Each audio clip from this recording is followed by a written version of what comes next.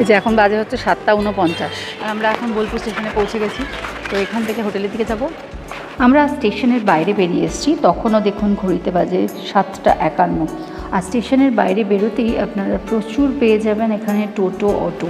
আপনাদের গন্তব্যের ডিস্টেন্স অনুযায়ী 100-150 টাকা ভাড়া টোটো বা অটো নেবে এবং আপনাদের নির্দিষ্ট গন্তব্যে খুবই স্মুথলি পৌঁছে দেবে। তখনও কিন্তু সকাল 8টা বাজেনি, কিন্তু গরমের পরিমাণ কিন্তু বেশ ভালো ছিল। স্টেশন থেকে আমাদের হোটেল খুব একটা দূরে ছিল না, তাই টোটো ভাড়া নিয়েছিল 100 টাকা। আমাদের যেই হোটেলটা ছিল সেটা হচ্ছে একদম ডাকবাংলোর মুখে আর সাইয়ের অপোজিটে।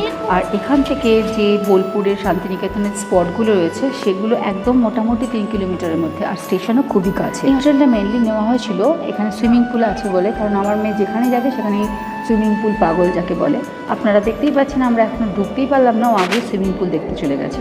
তো যাই হোক, আমরা খুবই স্মুথলি স্টেশন থেকে হোটেলে পৌঁছে গেছি। তবে আমাদের চেক ইন করার টাইম হয়নি বলে ওয়েটিং রুমে আমাদের বসতে দিচ্ছিল যাতে আমরা কিছুক্ষণ রেস্ট করতে পারি। মোটামুটি 8:10-15 মধ্যে এই হোটেল রয়্যাল বেঙ্গল যেটা আমরা বুক করেছি এখানে বোলপুরে, সেখানে পৌঁছে গেছি। কিন্তু এখন তো মানে সব রুম ফুল, এখানে সব কটা রুম এখন ফুল। মোটামুটি 11টায় সব চেক আউট আছে। 11টা চেক আউট করার পরে ওদের পরিষ্কার করতে করতে মোটামুটি 12টা।